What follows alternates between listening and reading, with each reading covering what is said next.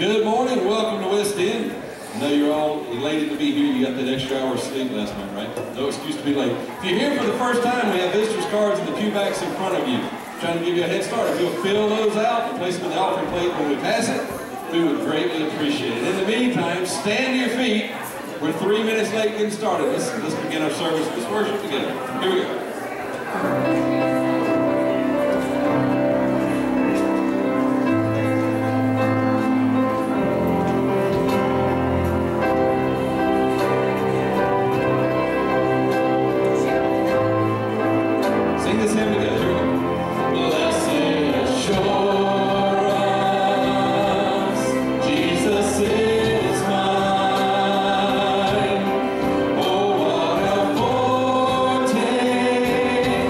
Oh,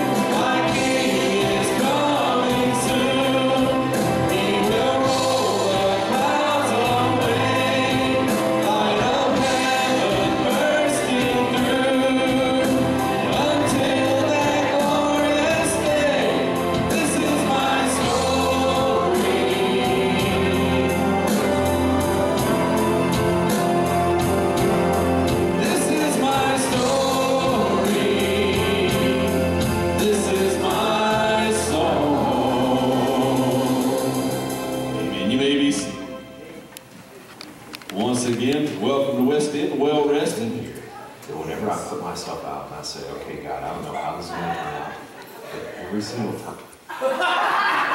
Wait a minute. Okay, now man, if I could do this one. There's a thing here that whenever I put myself out and I say, okay, God, I don't know how this is going to turn out, but every single time I take a step on mission, you seem to show up in a really compelling way. Resonate Church began 10 years ago as a campus ministry that turned into a collegiate church at Washington State University.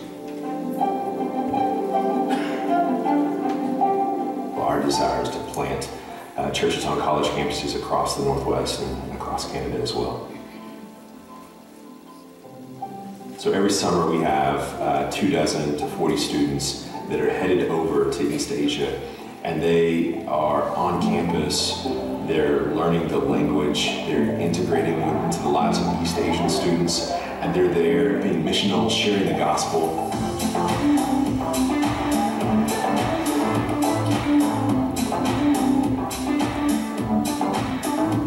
Our staff members that are in East Asia long term continue the discipleship with these East Asian students, and they ultimately deploy them back to the campus to be leaders. It's a beautiful situation. As the Father has sent me, so I am sending you. To understand God and to understand Jesus best is to see them as missionary actors in this entire narrative.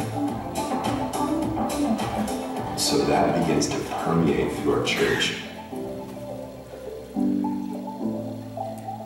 It's our belief that what we do in East Asia allows us to be able to do what we do in Boise and in these college towns and these church plants. That they go across the world, it's more likely they'll go across the street. What we want to be is a church that goes after those people who have no background in Christianity. When those people begin to read their Bible and see Jesus as the sent one to us and then telling us to be sent ones to the rest of the world, they actually begin to believe that. And they're so easy to deploy on mission. And so this is what I love about the Northwest and about the spiritual climate here, is that it's so easy to be able to say, okay, this is what it looks like to be radically sent. We've got to be a sent people. And if that sent people can kind of begin to be the normative of our church, then what you begin to have is the beginnings of a movement.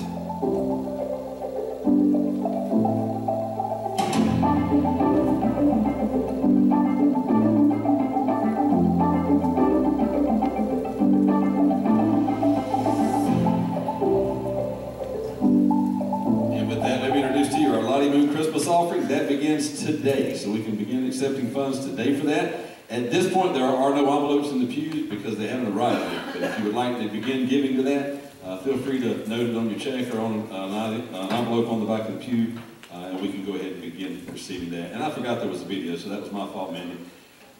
Thought you had just interrupted me. Let me give you some announcements. First one is this: Sherry Bassey is home and doing well. I spoke to her this morning. But please continue to pray for her. They've told her not to get out of bed for a week, to stay home and stay in bed. So we want to make sure that we're in prayer for her. Youth parents, don't forget that we have a meeting immediately following the service in the kitchen. Also, if you have signed up to tutor at BD Lee, you're going to have a brief meeting after service in the library with Danielle Hawkins, so make sure that you take advantage of that if you intend to tutor at BD Lee. Let's see. Small groups begin today. There was a little piece of paper in your bulletin with all the names, addresses, and phone numbers of where they'll be taking place. If you have not yet been invited to one, see me. You can come to mine. It'll be fine. Or get with the other leaders that are there. We'll be glad to have you. The addresses are there. You can put in your GPS to locate the home if you don't know exactly where it is you're going. Finance Committee meets next week, and deacon ordination will be next Sunday as well. November 17th at 9 a.m. we will decorate for Christmas. Never too early. So we'll begin that on Saturday, November 17th. We normally have lunch right afterward, depending on how many show up. The more that show up, the more we eat. Harvest Meal is November 18th, the following day. Operation Christmas Child. The last day to bring materials in is Wednesday? For us to put into the boxes, yes. They can bring it Wednesday. But if you'd like to bring your own filled box, we can do that up until the 18th, correct? Okay, so don't forget about that. That one always sneaks up on us because it's in November and we're all thinking Christmas is 2 months away. So make sure that you are aware of that. And believe it or not, that's all the announcement I have. Let's pray. Tyler. Let us pray.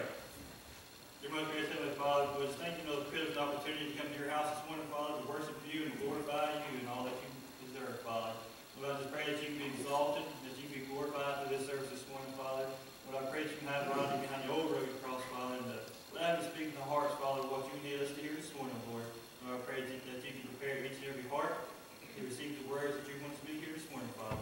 Lord, for all things we do here this morning, we want to pray to bring you honor, glory, and praise. And we ask all this in your name. Amen. Thank you, sir. If you're here for the very first time, hopefully you've already filled out that visitor's card I mentioned earlier. We'd like for you to remain seated while our church family stands, and we will come and greet you and make you feel welcome. Let's greet our guests.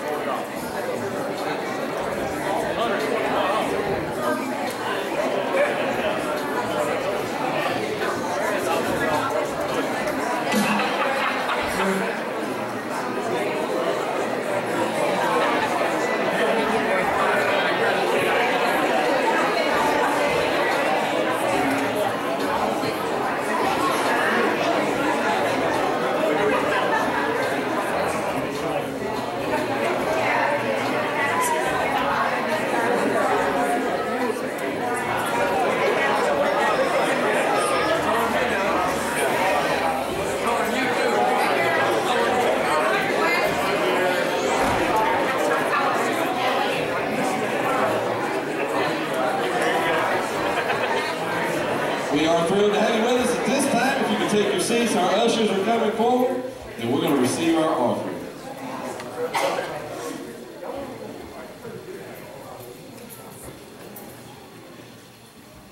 Lord, we're so thankful to be in church this morning, and I ask that no one will leave without knowing you. And as we come to this part, we ask that you bless the gift and the giver, and bless those that might not have in it. And it is in your holy name we pray. Amen.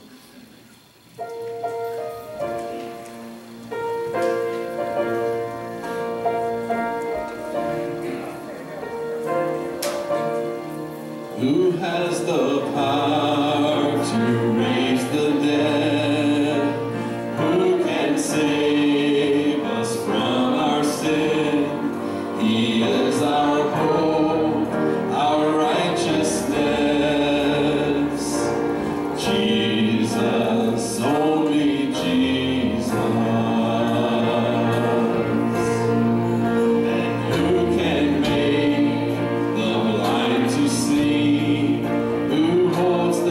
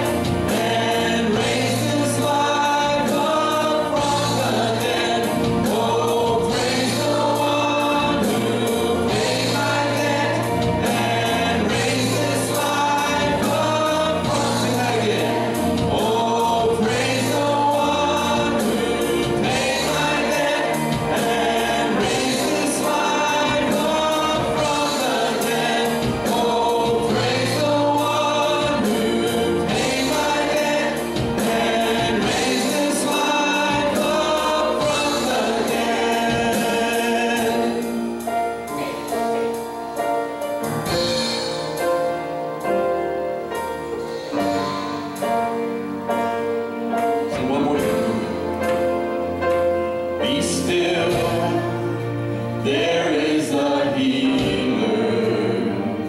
His love is deeper than the seas. His mercy is unfailing.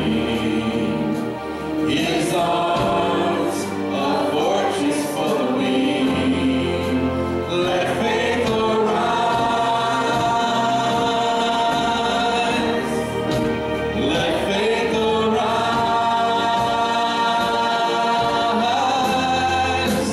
I lift my hands to believe again. You are my refuge, you are my strength. As I pour out my heart, these things I remember. You are faithful, God, forever.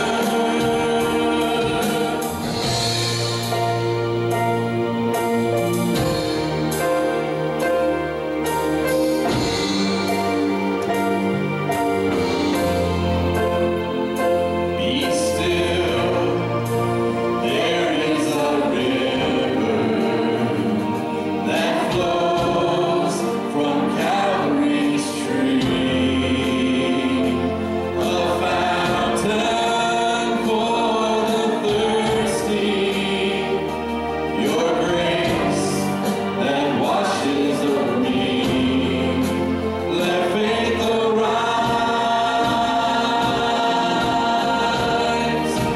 Let faith arise. Sing it out. I lift my hands to believe again.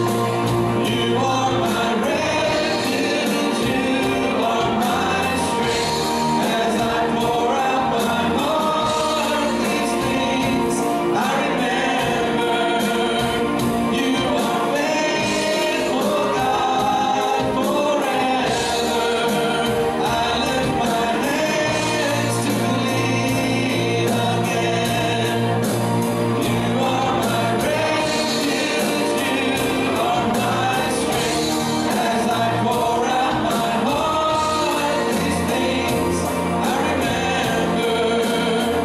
You are faithful, God, forever. Let faith arise.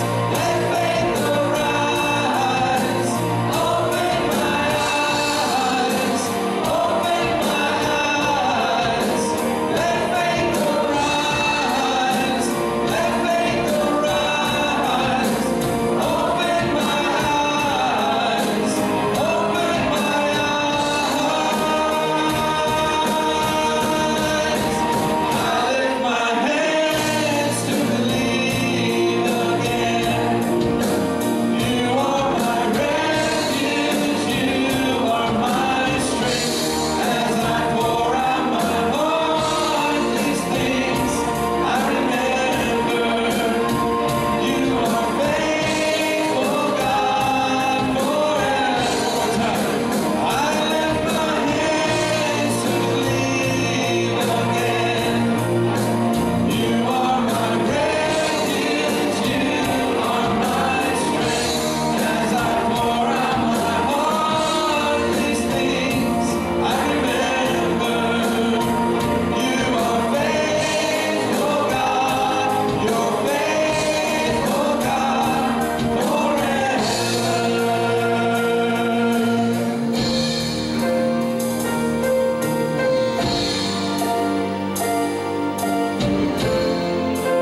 Let faith arise.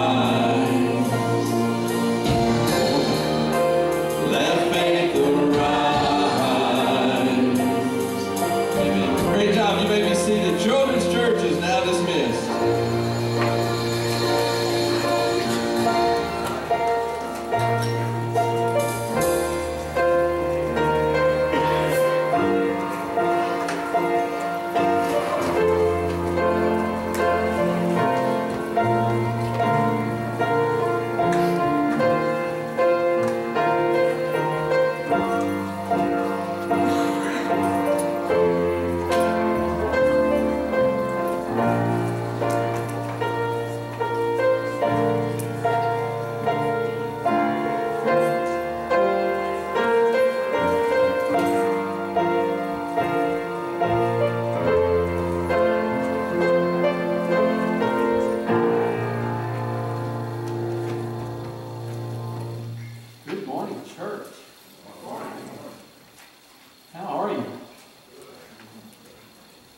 Glad to be here.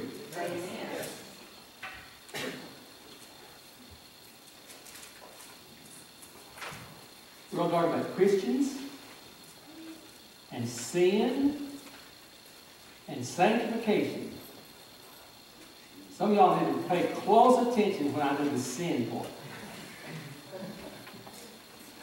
We're going to talk about how we live the Christian life successfully. Sanctification, used in the Old Testament of all sorts of things. Everything that was in the temple was sanctified. It was set apart wholly for the Lord. And so they had to be washed and things that you did because they were sanctified. And we are to be the sanctified people of the Lord, that we are set apart for Him and set apart for His service. And there is to be sanctification in our lives whereby we are becoming more holy and more like Jesus. Sometimes it's hard. We're going to do something a little bit different today.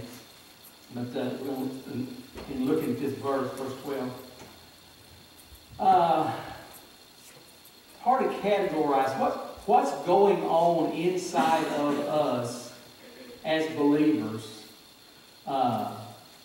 when everything is great and we're just overflowing. Exactly what in me is overflowing.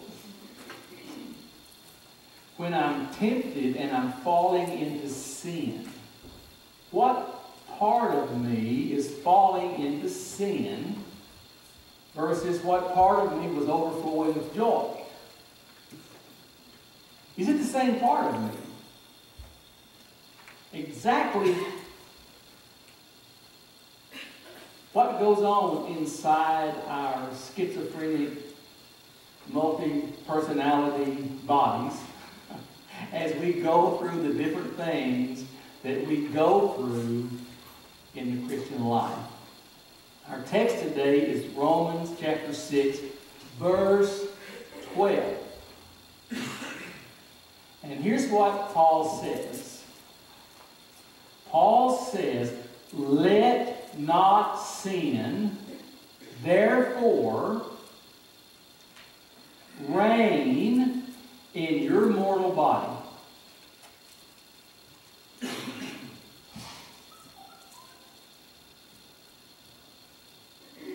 To make you obey its passions. Read that again.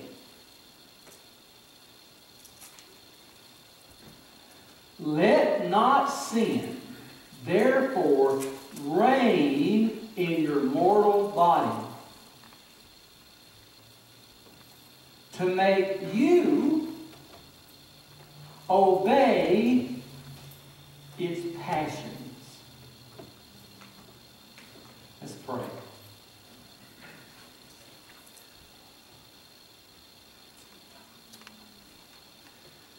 Father, I pray that you will help me to speak with clarity the things that I have studied in your presence all this week.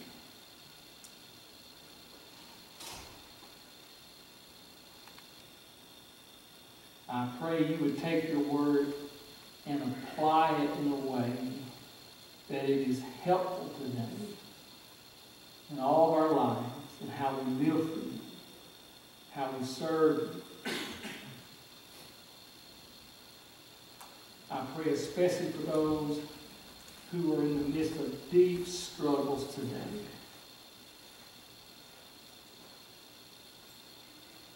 For battling temptations. Maybe they feel like they've hit their spiritual bottom this week.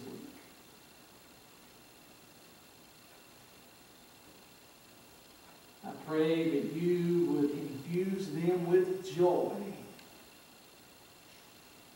and show them what glorious victory there is for them in you still. We pray it in Jesus' name. Amen. Well, when we get to verse 12, we looked at it a little bit last week. We talked about you have to apply the Scriptures. And when you get to verses 12 and 13 and 14, Paul is applying what he started saying in verse 1. I'll read this again to you. Because it has to do with what he says, therefore. I'm going to read a couple verses I didn't give you in chapter 5. Because what Paul starts saying in chapter 6 is predicated on what he said in chapter 5. We'll stop there, or we're going to go all the way back to Genesis.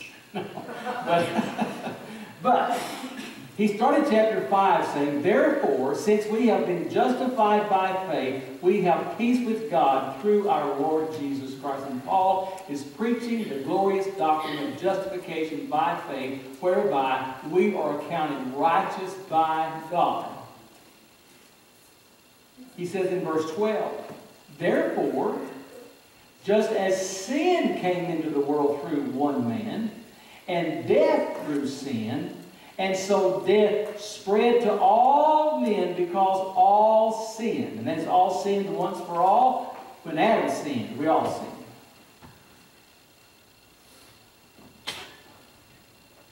Verse 19.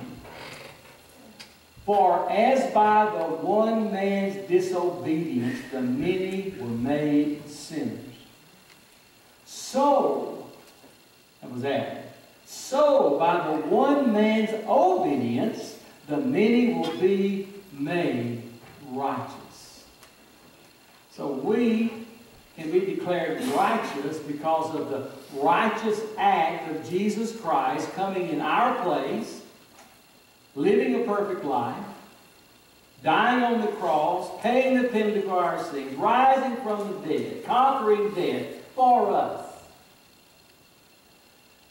and ascending back to the Father in a real human body, glorified. Now, but Paul deals with lots of people, and especially, whether in Acts, no, he deals with Pharisaical Christians still, who are still very tied to the law and to Moses and all those things, and works. And so he anticipates, when they understand what he is really saying, that in receiving Christ, we are justified and declared righteous once and for all, that they're going to kick and scream and fight, which they did. Because in their thinking, Paul was giving people a license to sin. Oh, you are already as righteous as you can be, no matter what you do. Then what is to stop these people from just going out and sinning with abundance? We Baptists still get this. I don't know how many times in my life I've had somebody, oh, you Baptists, y'all just believe any old way you want to, and go to heaven. Have you ever heard that preached in a Baptist church? I wonder what the text would be. They think we preach it.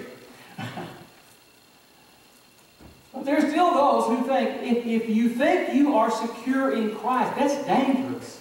You need to be in doubt all the way to death, though you're struggling and you're watching yourself and you're making sure that you're holy enough to get in. And so we have all these saints in the hospitals all over the country, clinging to the bed. She said, oh God, if I could just make it in. Been serving for 50 years, 60 years. God help us.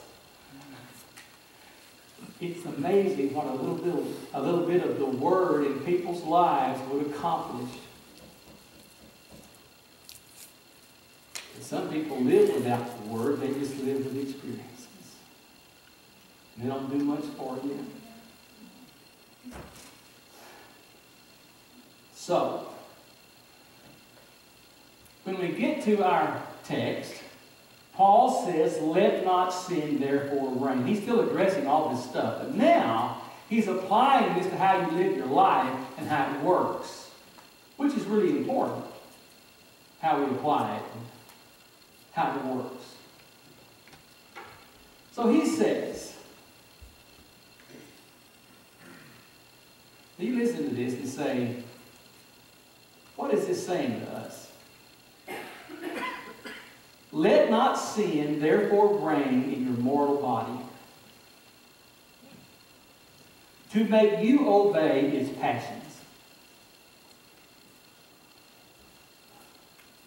Why does he say mortal body?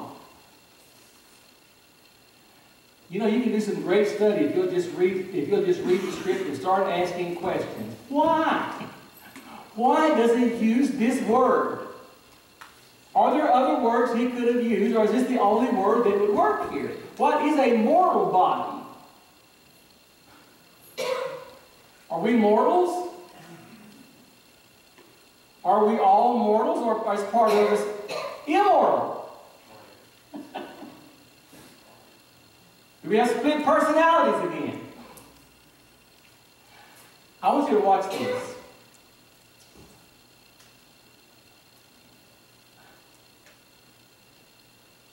My first point is just this, since he says we don't let yourself. What is our relationship to sin? What is our relationship to sin? As believers. Now I want you to notice this in the text. Paul is making a distinction here between two things. Now we have to decide how far to take these, but they're definitely there. He says, let not sin therefore reign in your mortal body. He doesn't say, don't let it reign in you. Is that significant? Let not sin therefore reign in your mortal body, to make you, now who's you? Not the body? I'm not my body? Let's start over. Now we're all confused. Let not sin therefore reign in your mortal body, to make you obey its passions.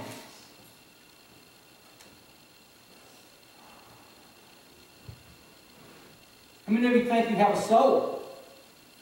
Think you have a soul? How many of you think you have a body?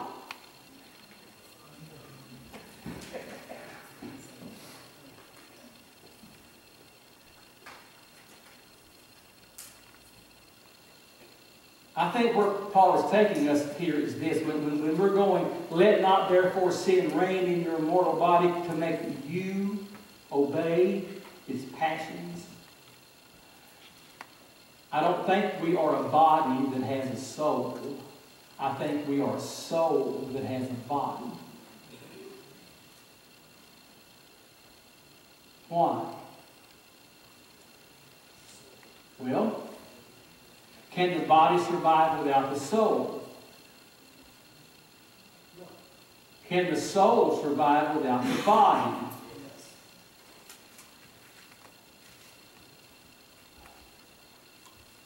Does Paul say to be absent from the body is to be present with the Lord? Do you believe that? Do you believe it's just true of Paul, or do you think it's true of us? When we die and we absent the body, we're present with the Lord. Do you believe that? I hope you do. Well, listen.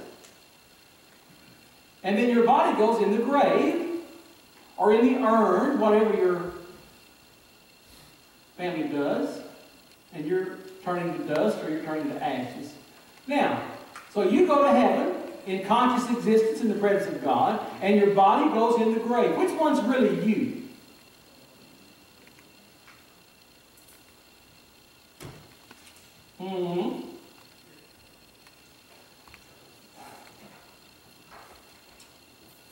So listen, let not sin therefore reign in your mortal body. That's one sentence. To make you, it's important, to make you obey its passions. Isn't there a distinction there between the body and you? The body and us. Notice Paul has mentioned this before in these preceding verses in verse 6. Romans 6:6.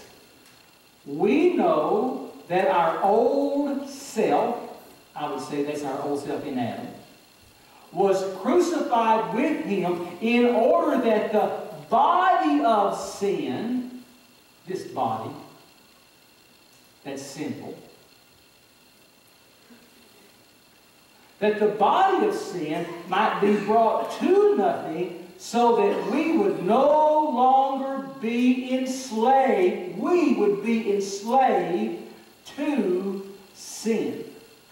Okay? Let not sin therefore reign in your mortal body to make you obey its passions.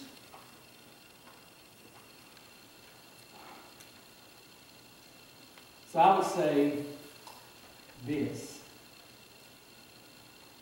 We are saved, but our bodies are not. Yet. We're talking about where we are now. Right? If we die absent from the body, present with the Lord, but the body doesn't go with us, does it? Why? It's not saved. It's a mortal body because it is corruption. It is sinful.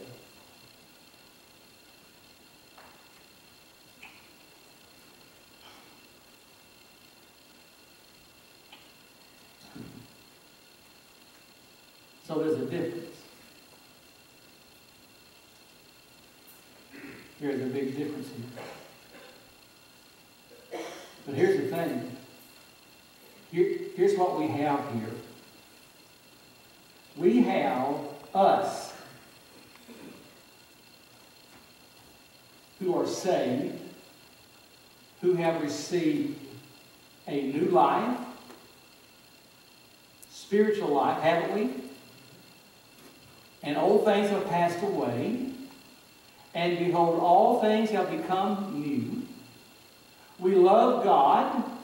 We love the things of God. We love the people of God. We get here, once we're saved, as fast as we can to find other people like us, because the people that we used to know, they don't know a thing about what happened to me. And so, this is where we find our fellowship. Now, we love this, but your body does not love this. Maybe the dinners. But your body does not love the rest of it. Why? It's not changed. It is a mortal, dying body. It's a mortal, dying body because it is a sinful body. And guess what, Ricky? You have to live in it. It's the worst slum you can be in. It's your body. It is steeped in sin. We can't imagine how depraved it can be. And so here we are. New creature. A new creation in Christ.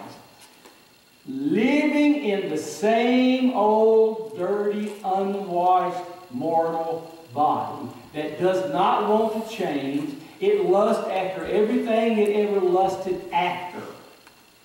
Nothing's changed. Your body don't want to be here. Maybe for dinner, only. Your body wants to do what your body always wanted to do. It wants to indulge itself in every pleasure it can imagine. Most of it, corruption.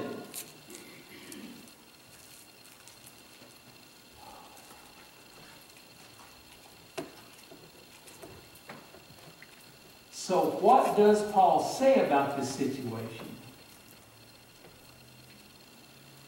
He's talking to us in this verse.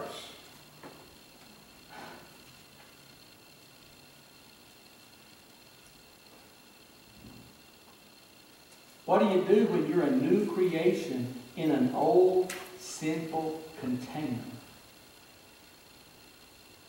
And the old sinful container is exerting its influence still on you. That's the deal here. And this is what we have to live with.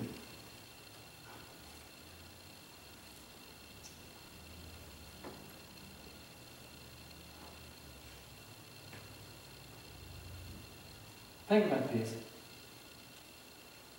Think about how you feel when you know you have fallen into sin, and you know you disobeyed, and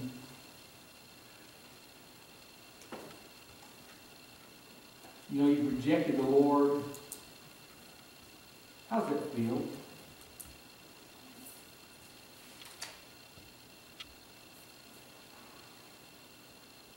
I can remember when I first got saved. You know, for about 3 or 4 days, you know, you think, I'm so close to heaven. It can't get better than this. All that old stuff is gone, and I've got this glorious peace and joy. I can't wait to get back to the church, and I can't wait.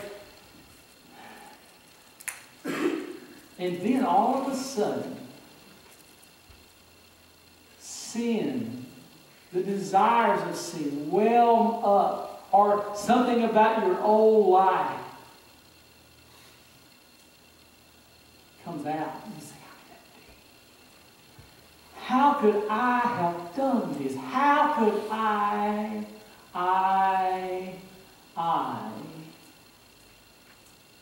Listen. Did your new self that loves God, the things of God, did your new self do that? No. Your flesh is exerting itself, and we let it. The sin is not in our new created self. The sin is in the body. But here's what that means. Get a handle on this, it'll help you greatly. It helps me greatly to understand. It's just the stinking body. It's just the stinking mortal body.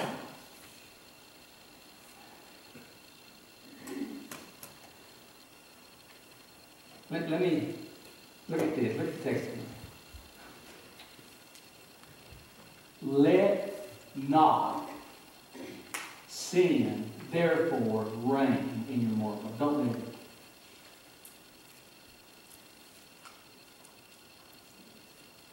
That means we have to deal with this.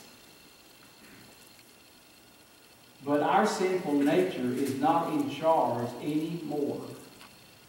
It cannot make us do anything. Anything that we do, we have to give over to the flesh. Now, we may not be sitting there and analyzing ourselves and analyzing what's happening. It may be real subtle, you know, we're playing handsies and footsies with something. It's just real minor, but then you know, whoa. I'm not saying whoa. And if I'm not saying whoa, the flesh just wants to keep, let's see how far we can go here.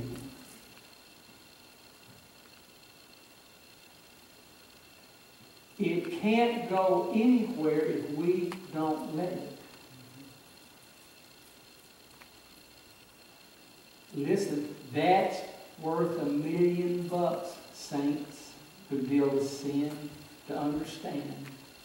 Because sometimes the world of flesh and the devil come at us, and we just feel like, oh, it's so overwhelming. Who can stand? You could if you just said, stop it. I know who you are. I know what this is about, and I ain't going.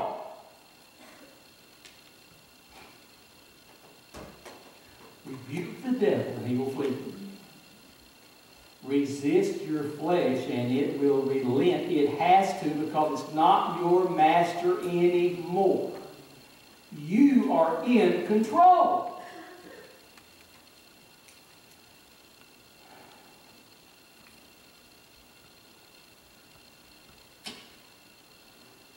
Let not sin therefore reign in your mortal body. You got the mortal body, but you don't have to let sin reign in it.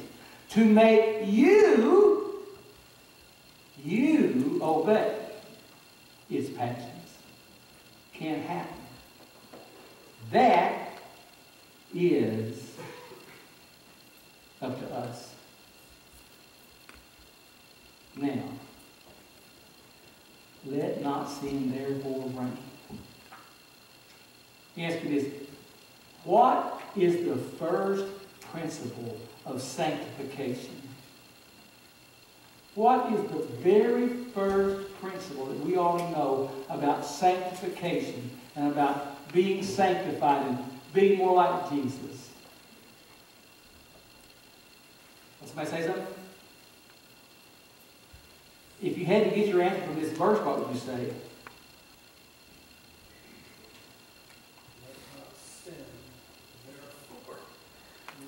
Who? Who let not sin? We do. So the first principle of sanctification is we have to act.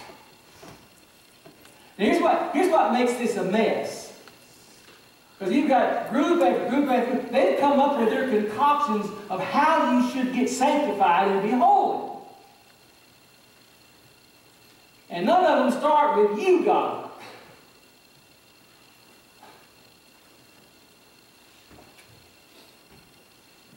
Some of them say you can receive your sanctification the same way you received your glorification.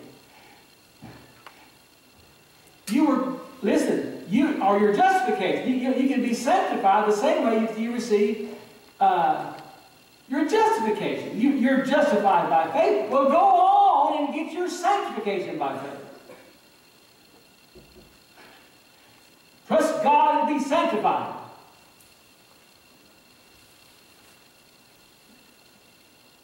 Now, if you think about some of these things, what would that be if I could be sanctified, holy here by faith?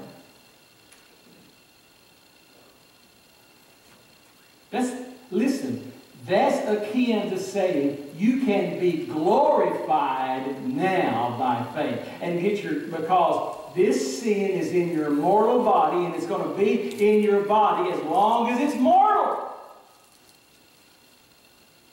It's not going to come out until it's immortal. That's glorification. Isn't it? So there's not something we're going to do by faith that just delivers us from the sin in our mortal bodies. Or some people say, this came from Wesley, by the way, worst thing he ever did a lot of good. But he came up with this notion. It's kind of comical in one sense. He came up with this before he was converted. He was in this group at Cambridge. They called it the Holy Club. Whitfield was one of them. And they were striving after holiness. And the Wesleys came up with this idea of the second blessing, whereby you can receive the second blessing and you'll be sanctified holy. And your sin nature is removed and you're sinless now. I've got friends in these churches. Nazarene Church, where I'm from, it's Wesleyan. A lot of Methodist churches are still Wesleyan. There's a whole Wesleyan denomination. And they believe. And here's what happens, though. Think about it. If you're sitting in a church, week after week, after month, after year, you're being told, hey, you just quit trying to fight those little cobwebs and kill that spider. You be sanctified and get that sin nature out of there, and you will live a sinless life. Woo! Then we're going to get the victory. Now you think about that. And you think about your life every week, about how you have to struggle with sin, and you keep coming to the altar and praying, we're praying, oh God, sanctify me, Holy, sanctify me. And for some reason, I just can't seem to get it. But I believe it's real. I don't believe all these people around me are faking it. But they are.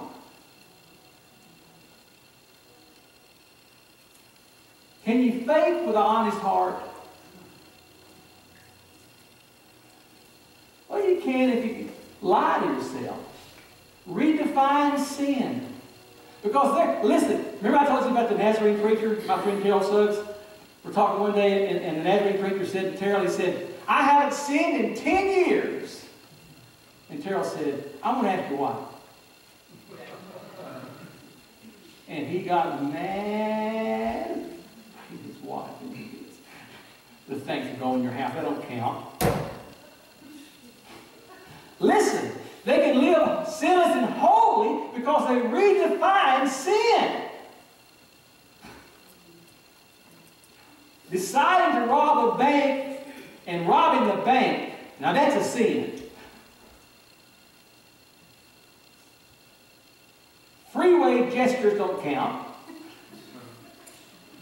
I was just directing traffic.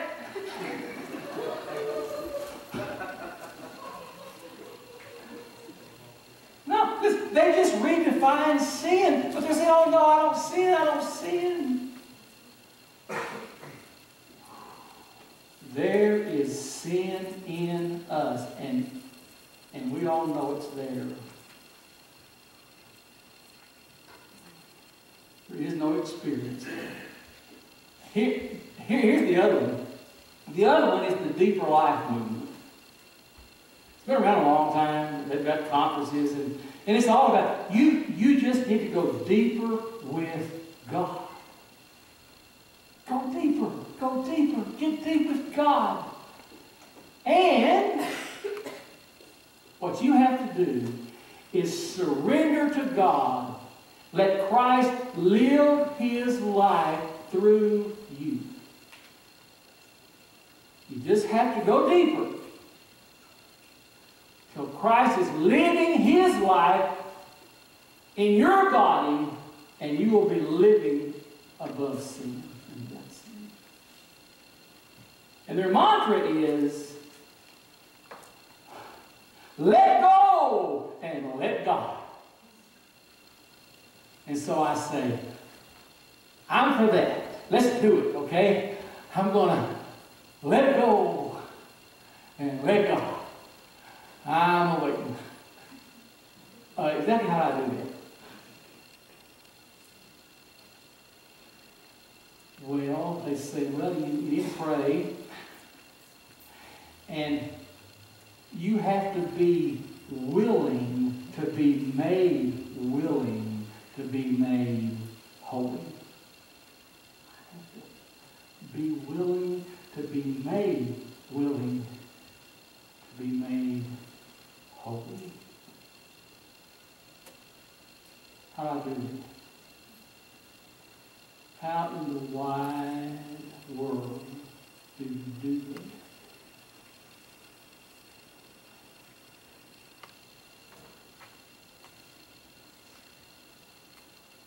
You know what's sad? It's sad because you can't go anywhere and take a passage of Scripture and read it in context and come out with that idea. Which lets you know how ignorant the church is by and large about Scripture. Because if somebody that says, I'm a holy man, starts telling themselves, like, wow.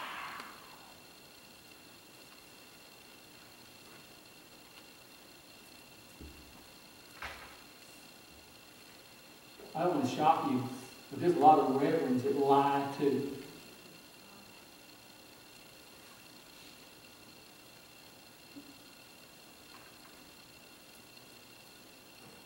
What does the Bible say about how sanctification works?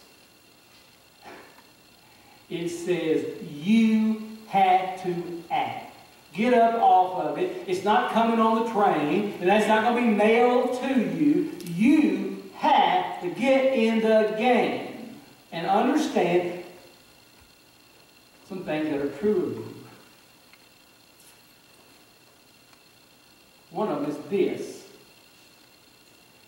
Sin is in you, and it will always be in you. And you will always struggle with sin. And that's normal. And that is a big, big thing to know. We're in this fight, we're in this struggle. Because, I get you. No, Christian.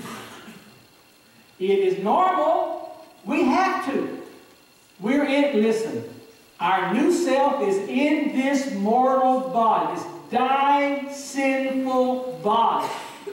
And it's exerting itself, and so we have to be engaged in the fight. Sometimes it's like whack-a-mole.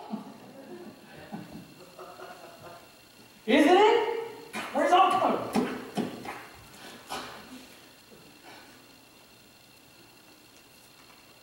But nobody fights this fight for us.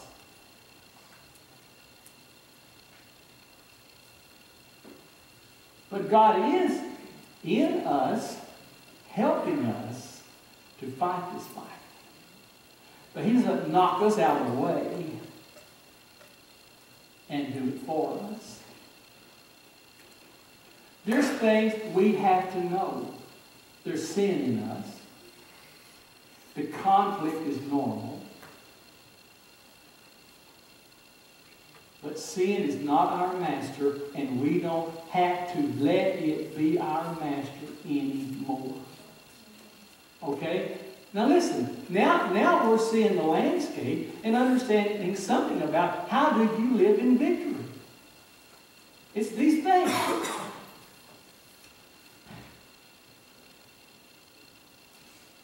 Let me read that.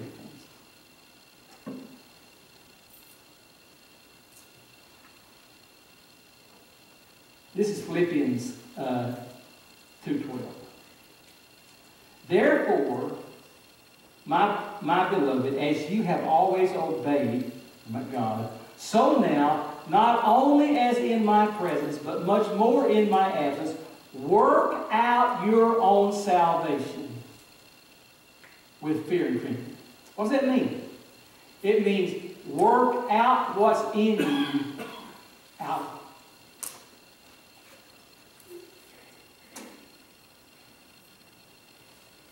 Work it out of you. Get it out there in life. For it is God who works in you both to will and to do, or mine says will and to work for His good pleasure. We're not abandoning in this fight. God is in us, working with us, causing us to will to do it, and empowering us and helping us to fight the fight and win. That's important. That is important. Romans 8:12.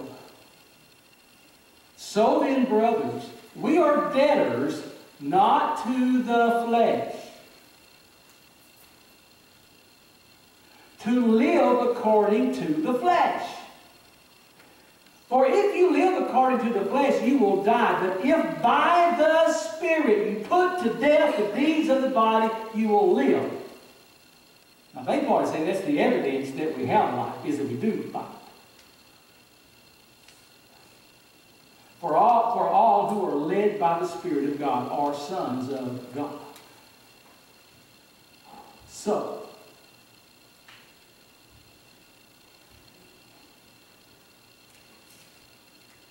here's what we do. We let not sin therefore reign. What do? You take control. You say no. No. I'm not doing that. And you pray. You ask God for strength. And if you've been patty caking around, you confess, oh God, I know I'll open the door, but there's a crack. Forgive me. Give me strength here.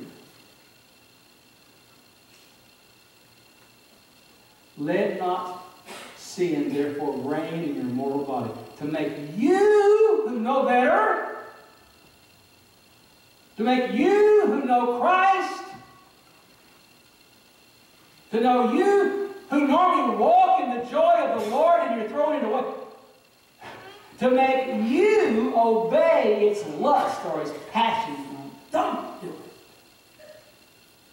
Because you know the misery that's coming if you go down that road. If you make that call. I brought the word with it. I started to read the words of a song, country song about temptation. I thought, yeah. It's called Margie's at the Lincoln Park Inn. Bobby Bear. Let me Troy Bride's name. Margie's at the Lincoln Park Inn. It was written by Tom P. Hall before we knew who Tom P. Hall was. He wrote a song. Greatest storyteller of all in country, Tom P. Hall. But it starts out with, there's a man at home, and he's working on his little boy's bike. The preacher came by, and he spoke with him for a little bit. His wife's in the kitchen preparing a meal. Oh, and Margie's down at the Lincoln Park Inn. And I know why she's there. Because I've been there before. But I made a promise that I wouldn't cheat anymore. Next Sunday, it's my turn to speak to the young people's class. And to answer all the questions that they ask. I wonder what they'd think if I spoke of a modern day sin.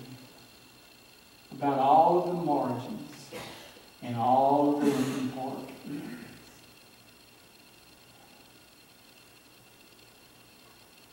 I love how it ends.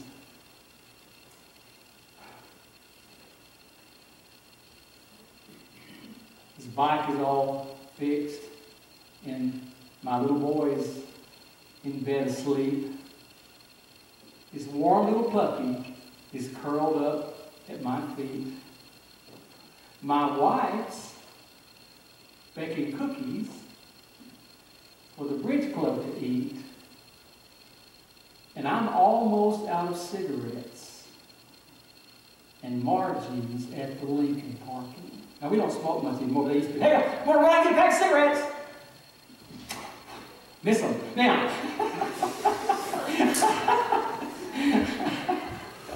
oh, but listen, it just leaves it right there. Listen, it's obvious that him and his wife have had to talk. And so, you have to admit, if he goes in there and tells her, I'm going for a pack of cigarettes and maybe I'll go walk, what would the look in her eyes be like? Now listen, to me what's great about the song is it doesn't give you answers. It lets you feel what going through temptation is like.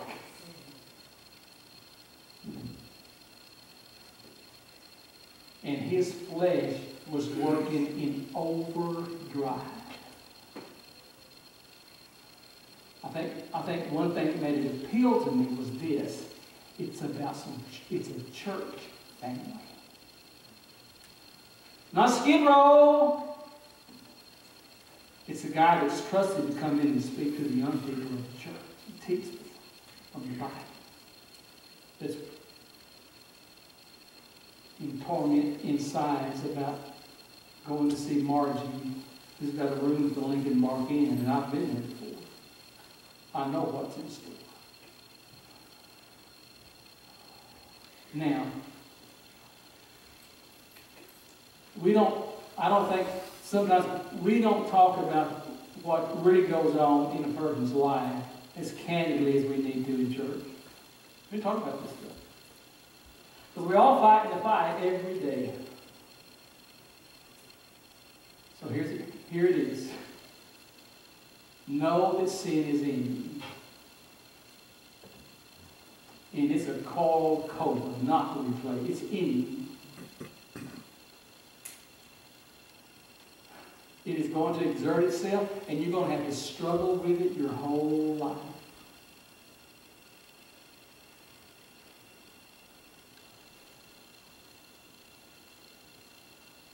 you can have victory over it.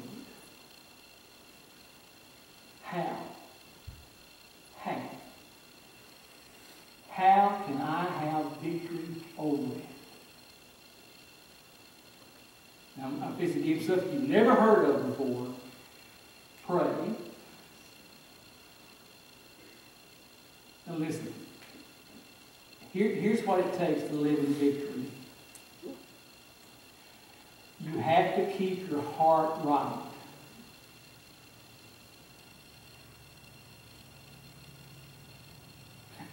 You just have to keep your heart right. And with that, you have to keep your head in this game. If you don't keep your head in the game, you're going down. Sin is going to come at you sideways and smack you up the side of the head so fast because you're not looking, you're not thinking, you're not ready for anything, and your heart's kind of cold. You are a candidate for a takeover and sin reigning in your life and in your body. We have to pray. We need to be in the Word, and not in a hurry. Slow down. Read my verse. Out the door. You idiot. That's like saying, I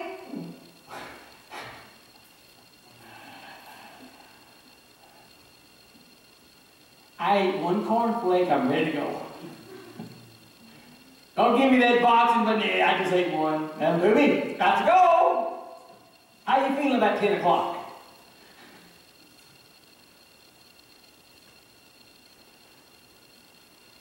You have to read the Word and meditate on the Word and think about the Word and let the Word speak to you and apply it in your life. What it takes. And listen. Oh, that gets your head in the game.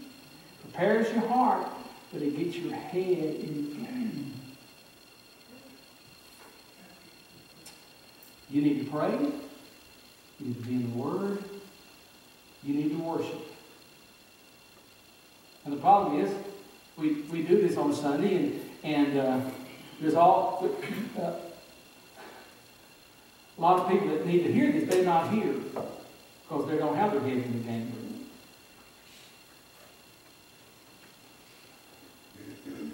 But listen, being here in corporate worship is vital.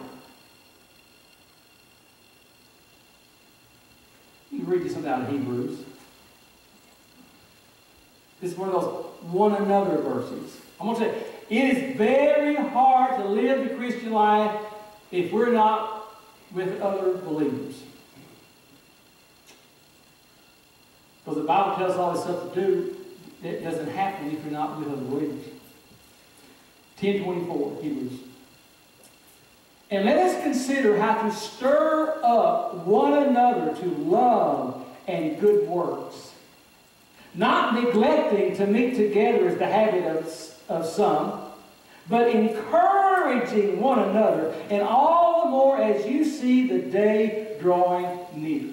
Now listen, that can't happen if we're not in a place where encouraging one another is the normal thing. We need to be watching out for one another. We need to be encouraging one another. We need to know each other well enough to know when it looks like they need encouraging, and I'm going to give them a special word today. That's part of this. It's not like we have to live this thing all by ourselves. We're not the Lone Ranger.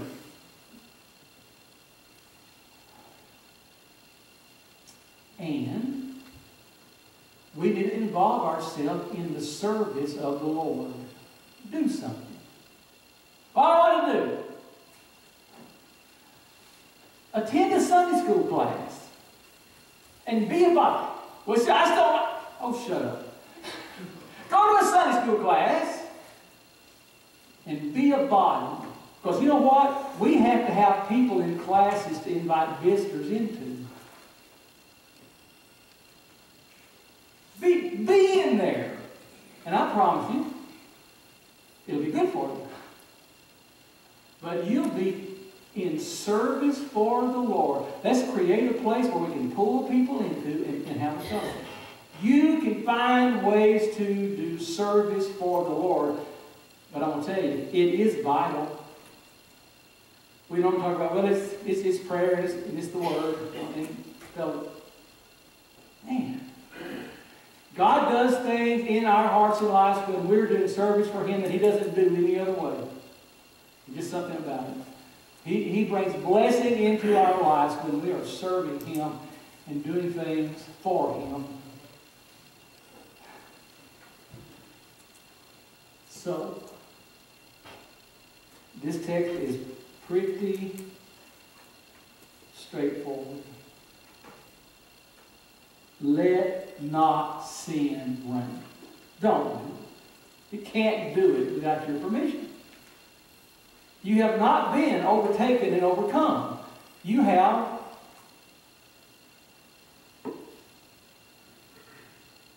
invited sin in and let it sit down in the middle of your stuff. I couldn't get there any other way.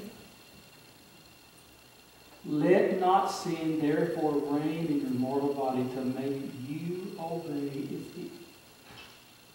Now listen, don't let it reign. That's up to you. If you do, it's going to make you obey His passions. You got it? Our part is don't let it reign. Don't let it get control. You don't have to, but He makes it sound so good. Keep your head in the game. Keep your heart right. Keep your head in the game. You can't slouch through your Christian life and not be overtaken in sin if you're just careless all the time. You're going to fall. You're going to make a mess. You're going to embarrass yourself. You're going to embarrass your family. You're going to hurt your influence. Is it worth it? And Margie's at the Lincoln Parking, and I know why she's there. That's a song right there. It just stopped. And I know why she's there. We have to have our heads in the game and never let ourselves be in that position. Amen? Let's pray.